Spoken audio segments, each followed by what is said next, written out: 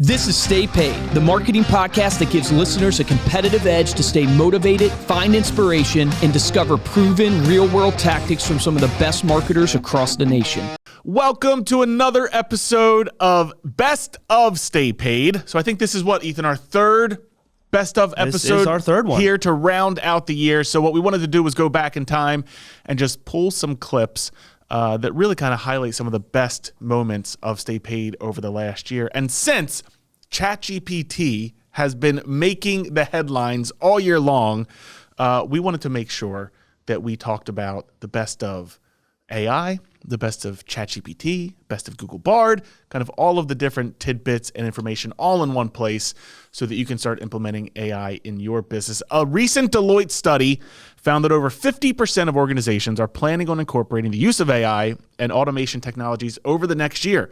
A survey of global 500 companies found that leaders choosing to invest in AI and automation business tools and software solutions expect to see significant growth within the next few years. So we look back on some of our recent episodes and pulled the most interesting info and practical advice for using artificial intelligence and automation to help you grow your business. This first clip comes from Ray Allen, a real estate agent who's embraced the use of artificial intelligence to help grow his business by using chatbots such as ManyChat and Chime real estate bots.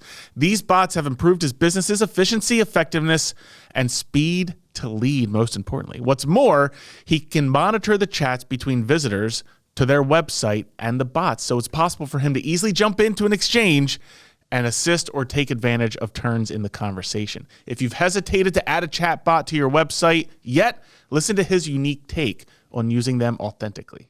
How are you using bots? Are they coming? Is it Facebook? Is it paid advertising and they're chatting? What bots are you using? Can you walk us through that a little bit? Yeah. So, there's so many different ways we're using bots right now. The basic premise that I've kind of taken, I used to be totally anti-bot. Just so you know, I used to be like, no, that's not authentic. I want to build an authentic brand. I want people to interact with a real human. But then I realized that back in the day, when people would call you and you didn't answer the phone, what happened? You get an answering machine, right? Yep. And people would wait on that answering machine to go beep and then would leave you a message. Not one person was offended because you were imitating the actual answer of a call. Right? Not one person was like, oh, I thought this was you, but instead you told me to leave a message. This is terrible. I'm jumping off. So I think bots today are the answering machines of way back when. And maybe one day we'll get tired of them, kind of like we are now. Like, please don't leave me a voicemail. But right now it's an answering machine. And if you treat it like that and you let people know that this is a bot, I think they start to appreciate it more and then they start to test it.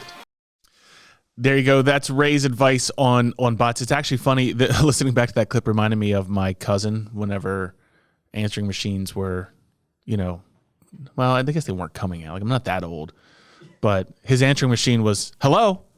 And so you'd start talking to him like he was there. He's like tricking you. Yeah, I can't stand those. My cousin had one of those. I think that's everybody has a cousin that had a voicemail that said hello. But look, I wanted to point out another thing that we didn't hear in this clip as Ray was speaking about chatbots, and that's using it as a secondary option to speaking to a real person. So if you can monitor your chats and you can speak to a real person in real time, that's always your first option. This is a secondary option to give users something to fall back on if you're not available right away to speak to them. I pulled some stats on this. This comes from UserLike. 60% of people said they would rather wait for an agent than speak to a bot. However, nearly just as many said if given the option, they would rather speak to a bot while waiting for an agent. So the important takeaway here is to use those chatbots when you can't be there, but always try and take the handoff when you can. Another couple of stats, I just want to reinforce it because it's the only clip that we have specifically about chatbots, is the conversion rates. So this company sampled, Ledo.com, they sampled 11 financial services companies, increased their conversion rates from discussion to leads 15.7%. So their actual total number of leads went up 15.7% when activating a chatbot, which resulted in those companies over 660 leads that they would not have gotten otherwise if they didn't have that chatbot. In real estate, it's a little bit lower, but not that much. 12% increase in conversion with over 3,200 leads sampled from 25 different companies. So that's some stats just kind of back up the value of increasing the number of leads and then making sure that you're available to try and take that handoff whenever the bot has qualified that lead for you. Insurance, by the way, saw 37% increase in conversion rates. Our next clip spells out exactly how you can use ChatGPT to get the results that you want. It took us a little while to figure out how to use ChatGPT ourselves, but with a little trial and error, we figured out ways to really personalize the output so that we can get the most out of this technology. When using ChatGPT, I think the most important thing, and this is something that a lot of people struggle with, they try ChatGPT once, they don't get the result that they want, and they move on, but they're not necessarily using the correct prompts. Some simple stuff here, like using the word compelling. So write 5 compelling Facebook posts about buying or selling in the Denver market.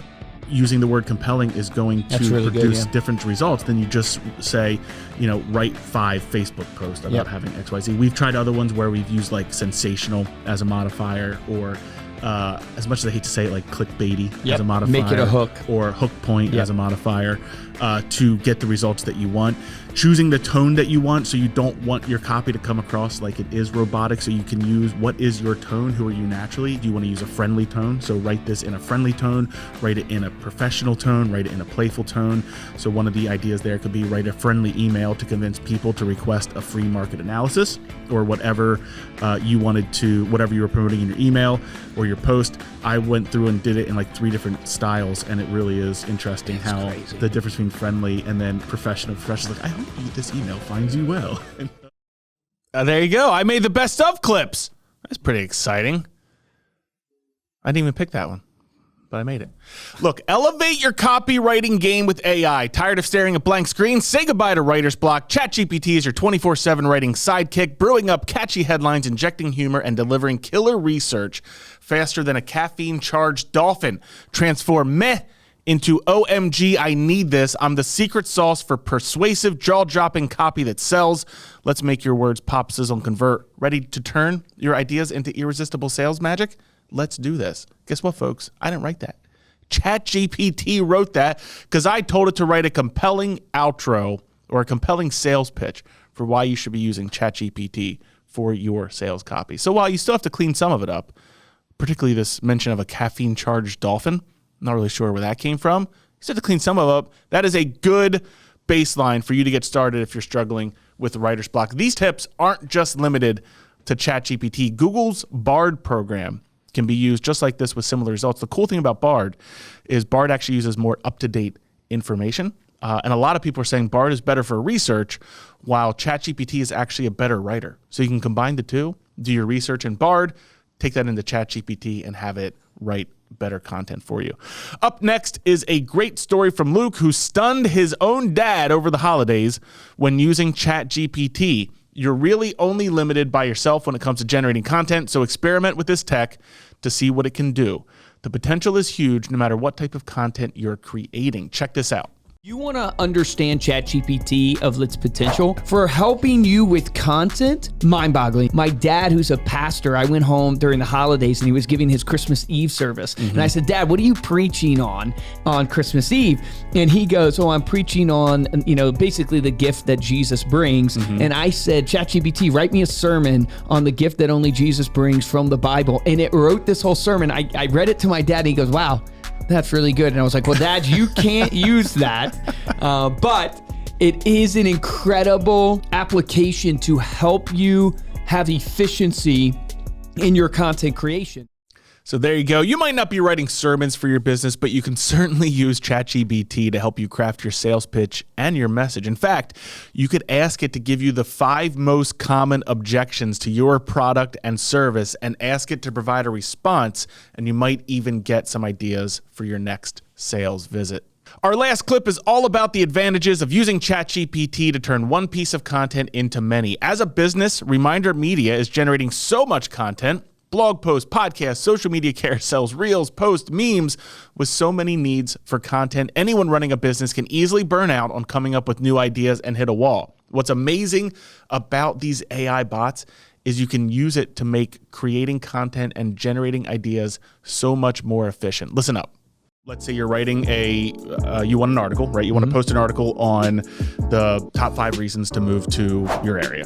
Then you can take that article, you can say, turn it into a 30-second script for an Instagram reel, and it will rewrite it in what it would take for you to record in 30 seconds. You can then plug that into a script prompt, or you can just use it as an outline for your business. You could take that same article and say, write me a social media caption for Facebook promoting this article, and it will write you a social media caption for Facebook. And you can say, add some humor to it, or add emojis to make it fun or really visually appealing. And so it's this idea of, yes, perfect for content. That's going to be the number one way we're going to suggest it. AI is not going to replace people. It's the people that learn how to use it. Yeah, you got to do will the replace prompts. the people. And so you can use it to come up with new ideas, but you can use it to literally save yourself time. There you go. We talk a ton about leverage in this podcast, right? So what are the leverages that you can get within your organization to help save you time so that you can really focus on those revenue generating opportunities? We went through this exercise in our own business, and you can do this in ChatGPT. Here's a great prompt, because I want to give you something tangible that you can walk away from and actually use. A great prompt for you to do to start getting some of this content together for your business is put this into ChatGPT. Say, in a moment, I'm going to ask you to write some copy for my business. This will include sales emails, blog copy, and Instagram posts. Before we begin, I want you to fully understand my business and customers. Ask me at least 20 questions about my business, customers, and audience to complete the task to the best of your ability. ChatGPT then responds, absolutely. To help me understand your business and customers, please provide me with the following information. And it lists out 20 questions. If you go through and answer those 20 questions, you can literally then tell ChatGPT to write me a blog post, write me an Instagram post, write all of these different pieces of content. You're just simply inputting what your business is and what it does and what your customers are, and it's doing all of the hard work for you. So there you go. We've only just scratched the surface of integrating AI and tech like ChatGPT into your business. Maybe we'll even do another podcast on it. Let us know. But these tips can act as a foundation for using them to grow in your business and making content more efficiently. Thank you so much for listening. You can head on over to staypaidpodcast.com to get the show notes and some of the links and resources that we mentioned in this best of video. And if you enjoyed this episode, go to applepodcast.com, drop us a 5-star review and a comment. Check us out on Spotify. Spotify now has cool polls, so you can actually click into the show notes and answer polls. Maybe one of the polls we'll put up there is, should we do another episode on ChatGPT, or what are some of the other things that you want to learn about using AI in your business? All right, we asked ChatGPT to write a joke about itself, and this is what it came up with. Why did ChatGPT get kicked out of the computer science party? Why? Because it couldn't stop overthinking and kept trying to debug the punchline. Yeah. All right, so we understand there's one job that is still safe from Dad jokes. ChatGPT. The dad and it jokes. is a comedy. It's comedy writers. It's not a comedian yet. There you go. If you enjoyed this episode, I already mentioned that part, but you can also contact me and Luke. We're via email, podcast@remindermedia.com. You can follow us on social media. We are at Stay Paid Podcast. For this action item, I want to give you something very tangible that you can hold on to. Go to Google Bard, because Google Bard is more up to date, and tell it to write a market update on your area. I had it write a market update on my area. It says the housing market in Collegeville, PA is currently very competitive, with homes selling quickly and for well above asking price. In August 2023, the median sales price for homes was this, up 5.7% from the previous year. Homes are also selling quickly with an average of just 7 days on the market. It goes over tips for buying a home in a competitive market. Then it lists tips for selling your home in a competitive market. That is your email newsletter right there. And you can get it in about 20 seconds. And you can go in, you can fact check, and you can tweak anything that you need to. If you are in insurance, have it right. I had it write a list of all of the Medicare updates coming in 2024, and it listed it out. That is your newsletter. That is your touch point. That's your next email that you can send in your business. Leverage this technology in your business to help you be able to focus on some of the things that will help your business grow. Remember, the difference between top producers, mediocre producers, are top producers take action. So take action on that today.